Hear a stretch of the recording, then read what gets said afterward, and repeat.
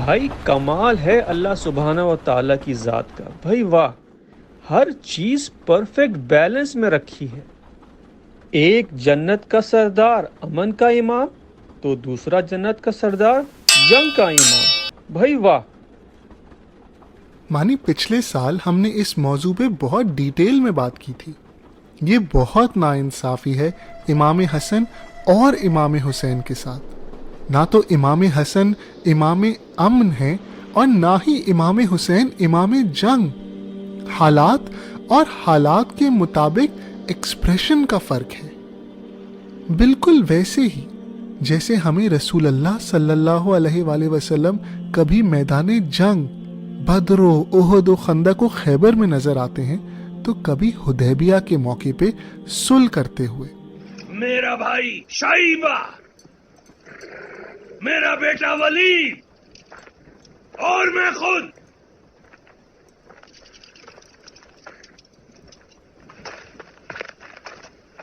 رک جاؤ. عبیدہ، عبید اور علی،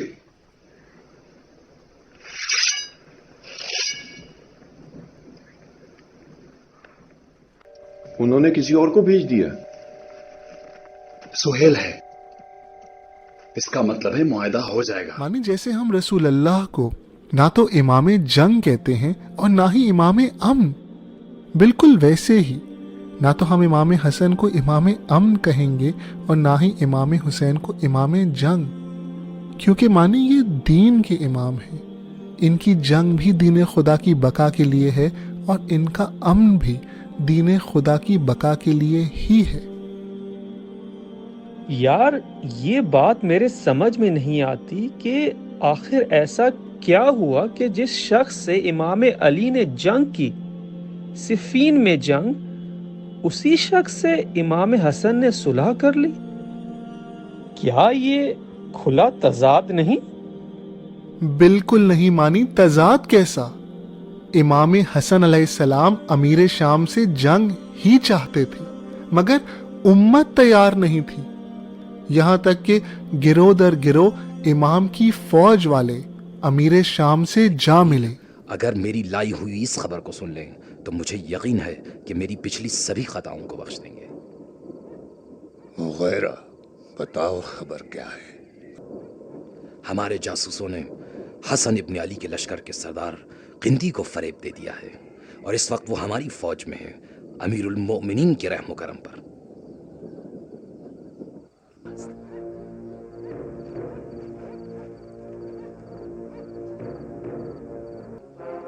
عمر، تمہارا کیا خیال ہے؟ ہاں، اس میں شک نہیں کہ آبا محمد کو بڑی شدید ضرب آئی ہے، لیکن ابھی کام تمام نہیں ہوا ہے. اپنے زمانے کے مشہور سردار عبید اللہ ابن عباس جو امام حسن علیہ السلام کے چچا زاد بھی تھے، وہ امام علیہ السلام کی فوج کے سپہ سالار ہوتے ہوئے، لیڈر ہوتے ہوئے، عورت، درہم و دینار اور منصب کی لالچ میں امام علیہ السلام کو چھوڑ کر امیر شام سے جا ملے. عمر، وہ تسلیم ہو گیا. دیکھو دیوانوں کی طرح سر جھکائے جا رہا ہے. اسے اپنے حال پہ چھوڑ دو، اب عبید اللہ کا کام تمام ہو مانی گیا. یہاں تک کہ جب سب چلے گئے تو امام علیہ السلام کی فوج نے اپنی ہی فوج کو لوٹنا شروع کر دیا. حملہ کرو. آپ کا قصبہ کہاں ہے؟ حسن ابن علی کے خیمے کو جلا دو، جلا ڈالو. مجھے حسن ابن علی کی ابا مل گئی ہے. اور جب لوٹنے کو بھی کچھ باقی نہ رہا تو چند افراد نے یہ پلان بنایا کہ ہم امام حسن کو دشمن کے ہاتھوں فروخت کر دیتے ہیں اور معاوضہ وصول کر لیتے ہیں. مانی ایسی مظلومیت اور تنہائی کی حالت میں امام حسن علیہ السلام کو صلح نامہ جنگ سے بہتر نظر آیا، اور وہ بھی دین خدا کی بقا کے لیے. امام علیہ السلام نے اس صلح نامے میں ایسے کلوزز، ایسی باتیں ڈلوائیں کہ اس سے بنو امیہ ایکسپوز ہو گئے. بنو امیہ کا مکر سب کے سامنے آ گیا اور دین ناب محمدی پیور اسلام دین اسلام زندہ رہا۔ عمر، مگر تم نے نہیں کہا تھا کہ وہ صلح نہیں کرے گا؟ صلح نہیں کرنی چاہیے تھی، میں نے ہر رخ سے دقت کے ساتھ جانچ لیا تھا، امکان نہیں تھا کہ صلح کرے۔ پھر کیسے اس صلح نامے پر دستخط کر دیا؟ نہیں معلوم، مجھے نہیں معلوم۔ اب تم کیا سمجھتے ہو؟ میں کچھ نہیں کہہ سکتا۔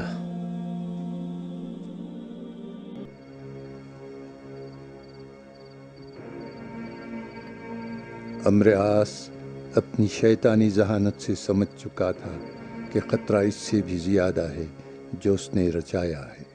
وہ یہ جان چکا تھا کہ حسن ابن علی نے اسے اور ابو سفیان کے بیٹے کو ذلت کی زنجیروں میں اس طرح جکڑ دیا ہے کہ یہ شکست عنقریب خاندان بنی امیہ کی چولیں ہلا کے رکھ دے گی۔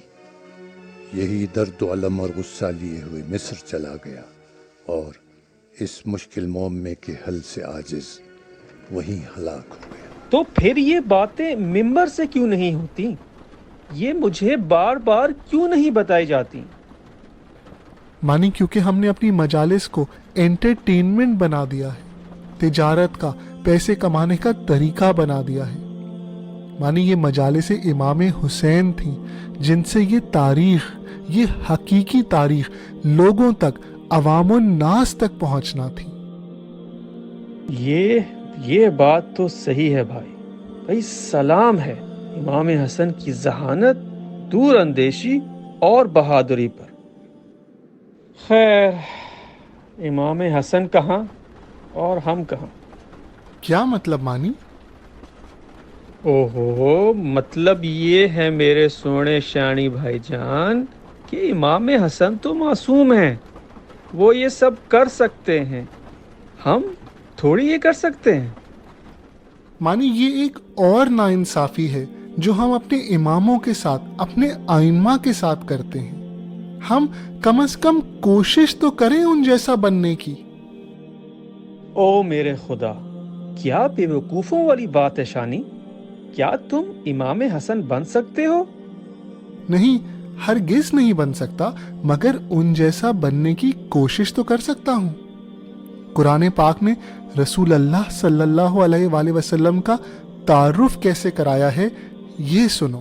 قد كان لكم في رسول الله أسوة حسنة لمن كان